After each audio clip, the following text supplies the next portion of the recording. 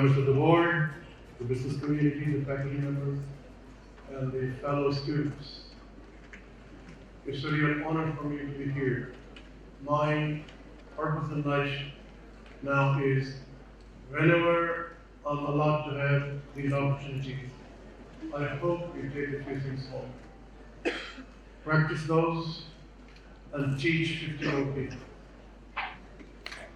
We are roughly 1,500 people, reach 7,500 people. Learning is every day. So as I was thinking about coming here, I thought I covered a few points. We make the future. I just want you to know, can the students see me there, upstairs there? Yes, can you guys see me there? Yes, sir. Can you hear me clearly? Yes, sir. Okay, very good. Now, how many of you recall having an iPod? Anybody recalls iPod? Anybody used it?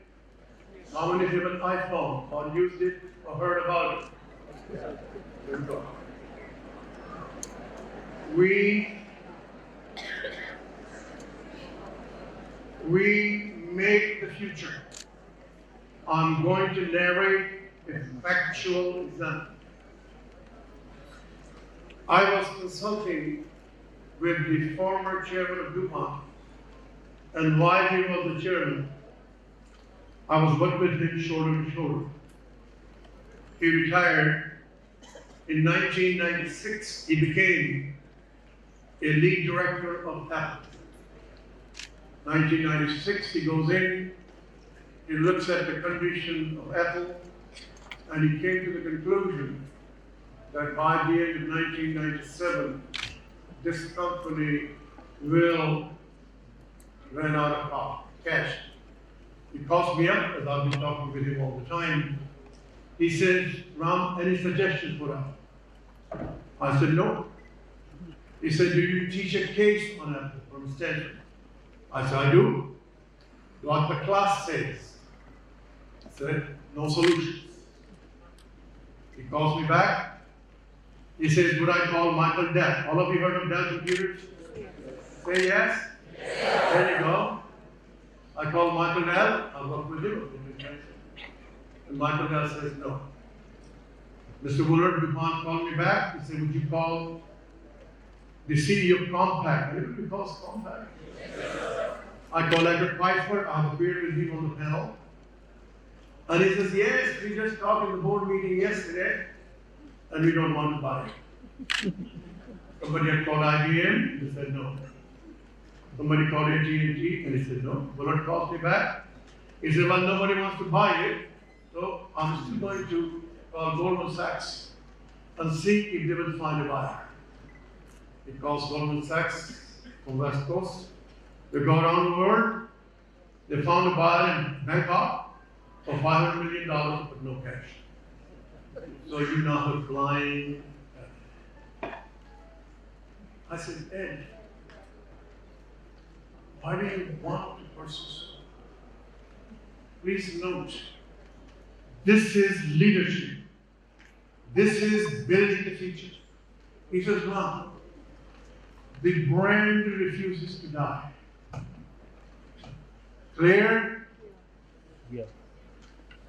There are die-hard people who love this product. And they're not only in America, they're across the globe. Letting it die is a leadership thing. Focus, clarity, determination, tenacity. So he said, what should we do? My answer is still the same. I have no clue. So this man has been business council chairman, very well connected, modern, modest, southerner, very high values. And someday he was talking to somebody. And somebody asked him that $64 question. He said, Ed, what does the company need? I said, the company needs product. Look at a simple question. What does the company need? Company needs product. He says, Ed, The answer is clear. Get Steve Jobs back. Steve Jobs couldn't be more opposite than him. His image has been foul, rascal, everything else. This man is gentleman, talks simply, very modest. On July 4th, on Wimbledon in the afternoon, he calls him up. Never met him. And ask him. He comes on the interim basis. And please note the two conditions he had. Condition was not money. His first condition was, except for Ed, the whole board needs to go. Ed asked him the question, why? He said the board failed in its responsibility. That's why the company is in this position. No cash, image is really hurt, no products, no value. And second condition was that I'm a product man. Sure, I will be the interim CEO. Maybe one day I'll become a CEO. But I don't like some of this other work, paperwork, administrative work, logistics. You can find a ton of great people to do that. But there are very few product people who could do this. And Willard agreed with him. He and Steve Jobs went together to hire him to a compact. There was nobody at it. Very low level. He comes in, he presents first meeting of the board, puts 26 products on the line, he chooses 4. Willard asked him the question, Steve, why 4? And he said, that's all I can have. It's called focus. From then on, here is a man who has transformed. In his 12 years of exile from the corporation, he was here very large number of years in India, roaming around. And here, he builds his company. First, creating a Mac again, creating iPod, iPhone, iPad, in between iTunes. And he made sure he has a successor. The successor was tested twice. The company continues. Now, I want you to imagine for 1 minute, and I'll be quiet for 30 seconds. Did he create a future for Apple?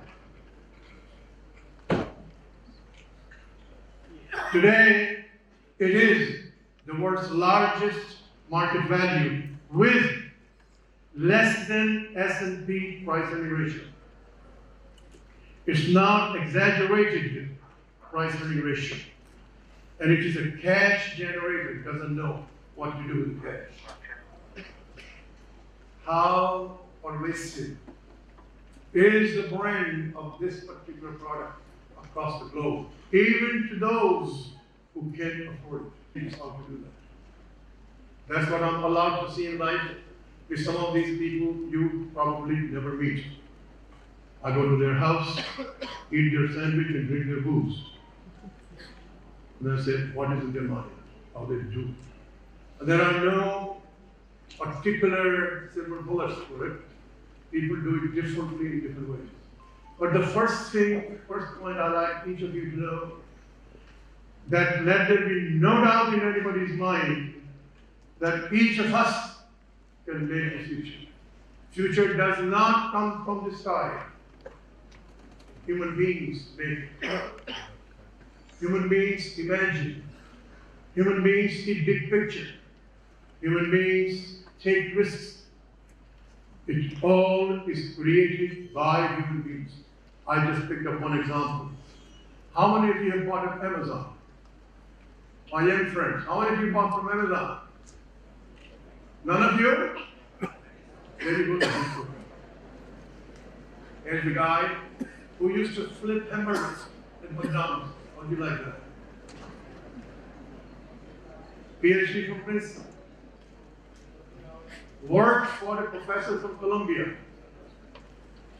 who was expert in algorithms. Did the training. This man learned at the needs of the master. Decided to move out to build his own business. The professor asked for the partnership. He said no. And then he goes to Seattle after going around the nation and just starts a bookstore. You all know the rest. Now he has created future. He has also, his future has destructed some of the companies. This is the era of disruption, all of you heard.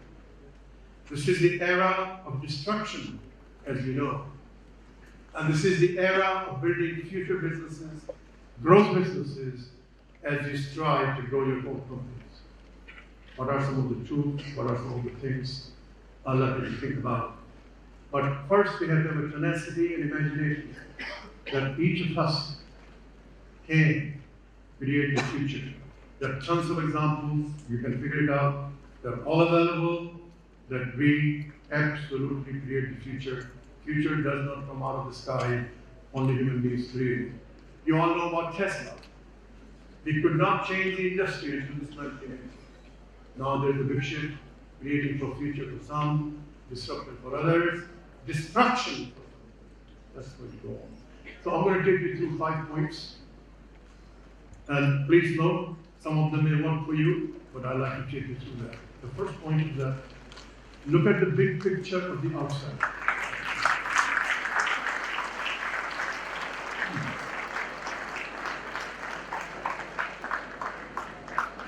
And I'm going to take you through the big picture.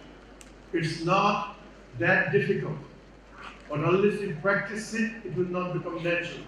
By the way, am I coming out clearly? Am I coming out clearly? Yes, sir. Look at the big picture. The big picture is not numbers here, but I'm using here just to illustrate. Today, the world economy is roughly 80 trillion. Don't worry about whether it's 79 or 84 trillion. The point is, it's growing at 3% per annum. And don't argue 2, 3 quarters, 2.5, you don't need to argue that. So in 10 years, this economy will be close to 100 trillion. There's no doubt it will be there, but the composition will be very different. And the skill is, what are the catalysts today that we can verify? If those catalysts continue, what will be the structure of this economy? And we're going to create 20 trillion more. What should be our fair share of that 20 trillion? At this point of the growth in the world economy, who is getting the larger share of that growth? China, United States. The share of Brazil is shrinking. We're getting it too, but not enough. So first imagine how big is this 10-year span, how big is this pond? In this pond, how big are we? What is the runway ahead? And as determinant of it, what should be our unfair share? Does that make sense? Today, India is 3 trillion, roughly.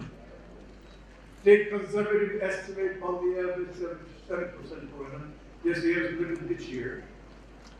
And if you got 7% for 10 years, it should be more than 6 trillion.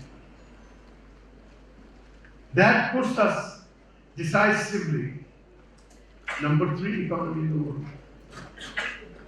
If we exclude China, it will be number 2. We can do this. How do we do this? And we have world's best raw talent. I can tell you that because not a week will go by, I will not travel in the continent. It will be Brazil today, Tokyo tomorrow, Bangkok day after China, India, anywhere. And I meet these people and I'm saying the raw talent in India, it is huge. And by the way, if you don't believe me, I want you to look. Who is the CEO of Microsoft? Who is the CEO of Nokia? Who's the CEO of Adobe? Who are the deans of business schools in Chicago? They are the very people who are trained here. So I want you to think about all of you up there, students, have a self-confidence that you do not let the raw talent. It's here. It's in abundance. You have to do some things which I'll come back. And so the item number one, look at this big picture. The runway ahead is big. Our determination, what is the encouragement of it? And then say, how is this runway going to be composed? So I want you to know three things that are very certain that it will have in this new composition. One of them is that we're going to have any decision that can be digitized will be digitized. That's causing the industry for storage, for semiconductors, for sensors, for defense industry. There is a huge explosion for that area. Number two, we're going to have healthcare continue to go up in the future. There are lots of pockets in the world that are underserved or totally not served.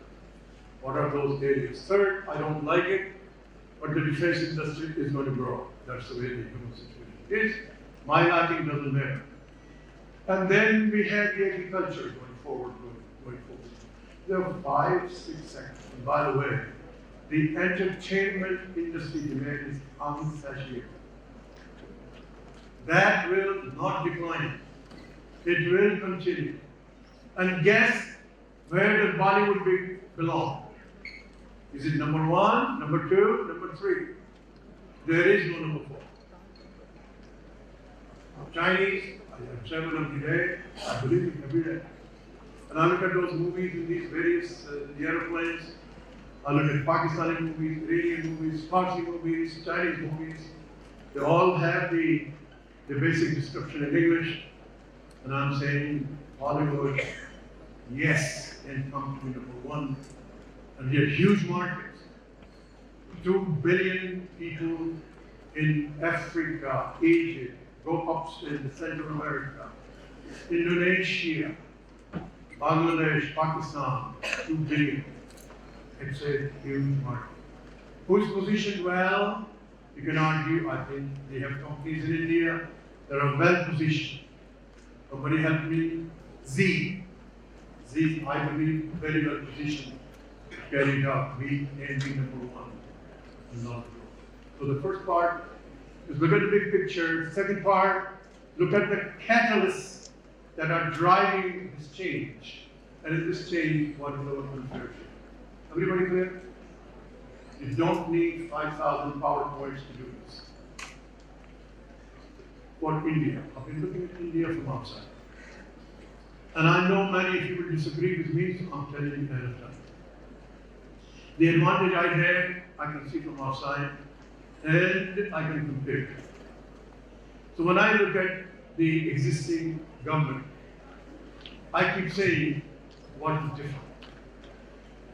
And I keep saying that there are 2 countries in the world that have a clear strategy. Singapore has a clear strategy. It is refurbished every 4 or 5 years. They are very meticulous to invite experts and business people on the councils. And they keep modifying it. The smaller states, yes, but they have a strategy. China has a strategy. I may not like it, you may not like it. What I begin